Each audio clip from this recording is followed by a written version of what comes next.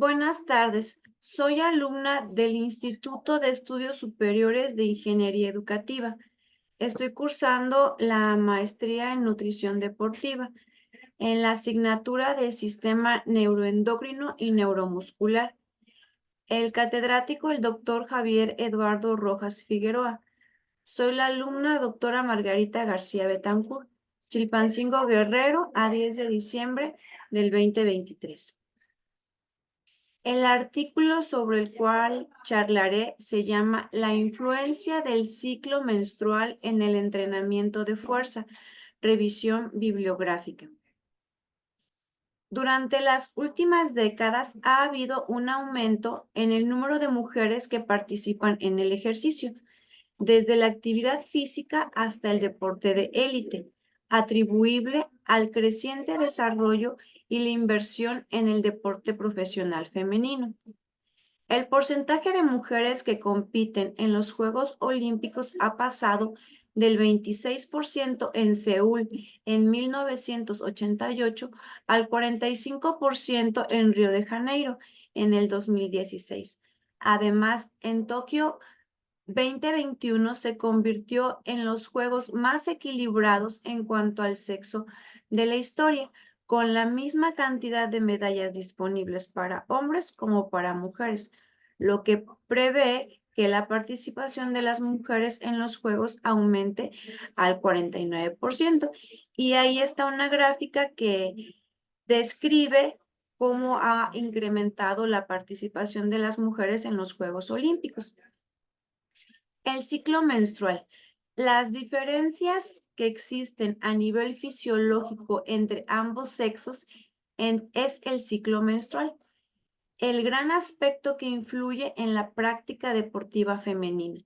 La influencia del ciclo menstrual sobre el sistema endocrino y su relación con el rendimiento físico de la mujer ha generado un creciente interés en atletas, entrenadores, y médicos, y supone una línea de investigación en el desarrollo. El ciclo menstrual es un periodo fisiológico que transcurre desde el inicio del sangrado, día 0, hasta el día anterior del siguiente sangrado, más o menos 28 días. Durante este ciclo se producen fluctuaciones fisiológicas de las 4 hormonas: estrógenos, progesterona, folículo estimulante y la hormona luteinizante. Las fases del ciclo menstrual. El ciclo menstrual normalmente se suele dividir en dos fases, folicular y lútea, así como se observa en la ilustración, o en tres, añadiendo la fase ovulatoria entre ambas.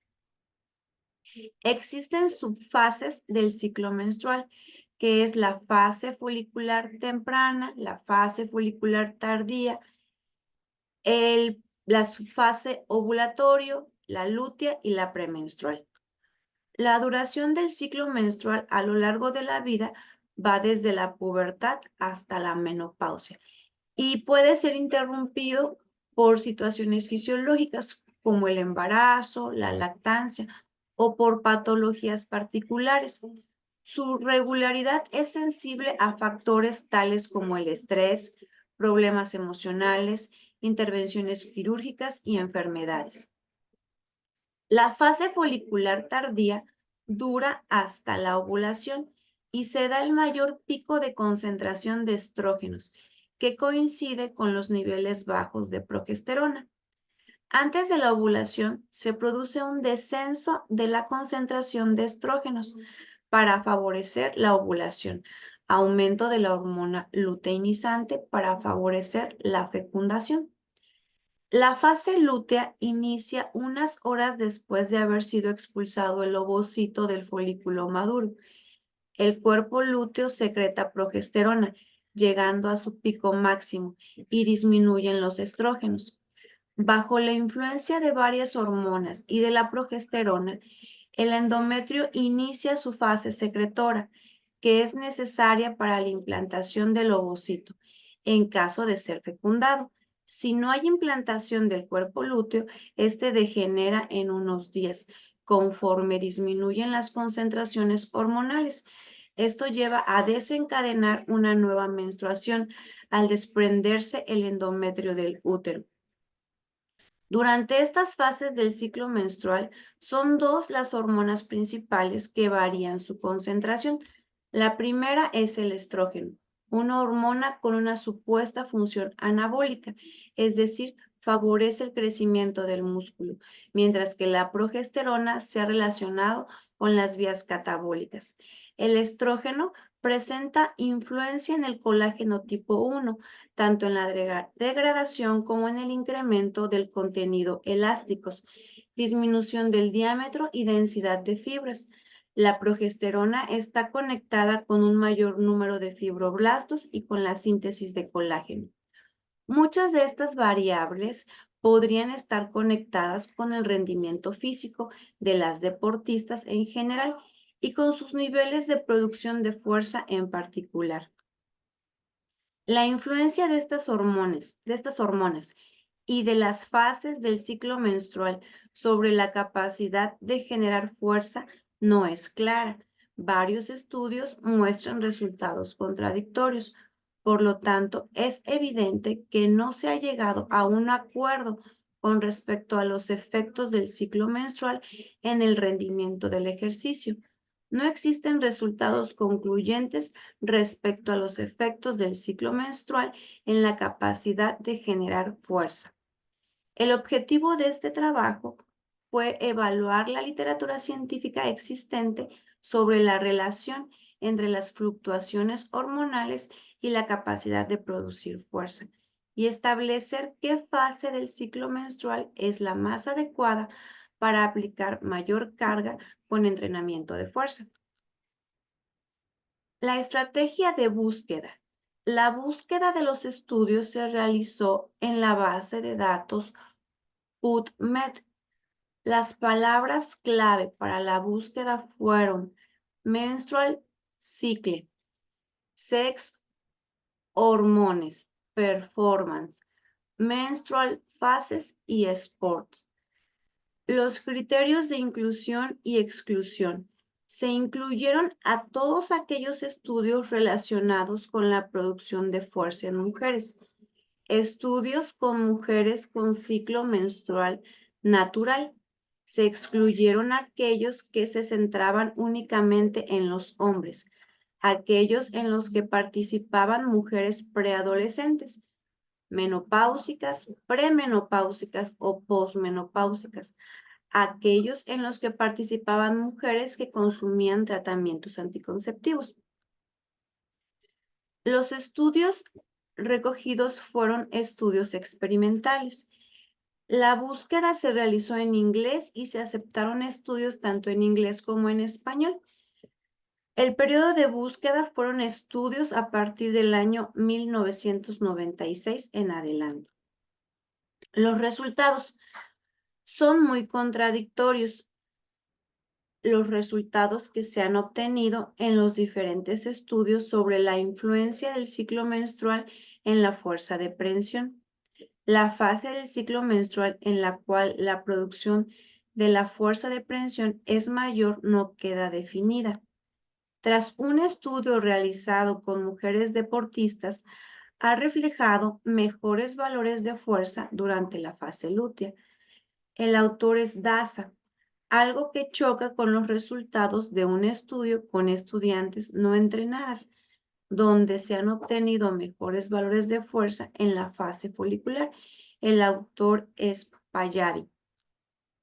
Esto genera una gran duda, ya que la hormona predominante en cada una es diferente, pero hay que tener en cuenta que las fases evaluadas son escasas y no son las mismas, un aspecto que puede influir en los resultados. Además, puede ser que la preparación física de las participantes puede influir en los resultados, ya que hablamos de deportistas y estudiantes. Los autores Sarwar y Weidauer dicen que sus estudios coinciden en que los mejores valores de fuerza de prensión se dan en la fase de ovulación, donde la hormona predominante es la luteinizante.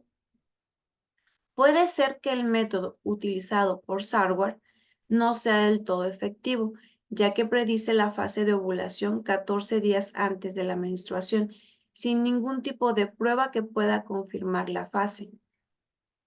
Para confirmar la fase de ovulación, Weidauer ha pedido a las participantes hacerse una prueba de ovulación en casa todos los días a partir del 7º día hasta dar positivo, un método más eficiente que permite confirmar y realizar la prueba en dicha fase. Finalmente, Hanse de Honge no ha encontrado diferencias significativas a lo largo del ciclo menstrual, aunque ha dejado algunas fases por evaluar, como la de la ovulación, y observando los resultados anteriores puede que hubiera encontrado alguna diferencia. Por lo tanto, son muchas las diferencias que existen entre estos estudios, ya que el nivel de entrenamiento de las participantes es muy diverso, así como los métodos de evaluación de las fases y el número de fases evaluadas. Todo esto genera que los resultados sean muy confusos y que no sean del todo fiables. Hay coincidencia en 3 estudios que realizaron Hanse, DeLonge, Kuehne, Miyazaki y Maeda. Todos han registrado que no hay cambios significativos en la fuerza isométrica a lo largo del ciclo menstrual. Estos datos coinciden con lo obtenido con Arasi. Tampoco han encontrado diferencias en la fuerza isométrica a lo largo del ciclo menstrual. Las fases evaluadas pienso que son escasas y diferentes. Hanse de Longe utiliza un método adecuado para evaluar las fases a través de muestras de sangre que miden el estrógeno, la progesterona, la hormona luteinizante y así confirmar la fase del ciclo en la que se encuentra la deportista evaluada. Por otro lado, Uene, Miyazaki y Maeda sí han evaluado la fase de ovulación, aunque el método para determinar las fases puede ser poco eficaz, ya que utiliza una aplicación y kits de ovulación, teniendo las participantes gran responsabilidad a la hora de registrar las fases. Y el segundo establece las fases en función de la menstruación, algo que puede ser poco preciso y poco fiable. Han evaluado la fuerza del miembro inferior Romero Moraleda. Su estudio de media sentadilla con diferentes porcentajes de repetición máxima, observando diferencias con porcentajes de 60 y 80%, en los cuales los mejores valores se han obtenido en la fase folicular temprana y tardía, respectivamente, coincidiendo la fase folicular tardía con el mayor pico de estrógeno, apoyando así la hipótesis expuesta por Smith, que sugiere que se observan valores más altos de fuerza porque el estrógeno es más alto en la fase folicular tardía.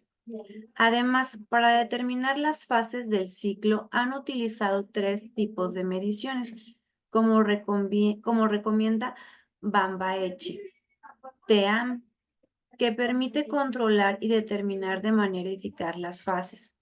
Unos resultados que tienen una ligera coincidencia con Salfawi, Kailani, que han realizado prensa de pierna de máxima repetición y el cual ha evaluado un gran número de fases que le han permitido conseguir resultados más precisos, aunque para ello se ha utilizado un método poco válido, ya que se basa en el modelo clásico del ciclo menstrual y no realiza ningún tipo de prueba para validar y determinar la fase del ciclo. Los resultados no han mostrado grandes diferencias entre las fases, pero sí se han registrado los mejores valores en la fase folicular tardía. Conclusión. La revisión permite concluir que la capacidad de producir fuerza es mayor en diferentes fases según la prueba de fuerza realizada. La mayor incertidumbre se da en la fuerza de prensión, donde no queda clara cuál es la fase en la que se produce mayor fuerza, ya que los resultados son muy diferentes. Parece que la capacidad para generar fuerza isométrica no varía a lo largo del ciclo menstrual y la fuerza máxima está relacionada con la fase folicular, donde se da el pico de estrógeno. En cuanto a la contracción voluntaria máxima, se dan dos resultados diferentes que ofrecen dudas sobre en qué fase se genera más este tipo de fuerza. Creo que el nivel de entrenamiento de las participantes y el método para determinar las fases influye mucho en los resultados, un aspecto que se debería estandarizar para futuros estudios relacionados con el ciclo menstrual.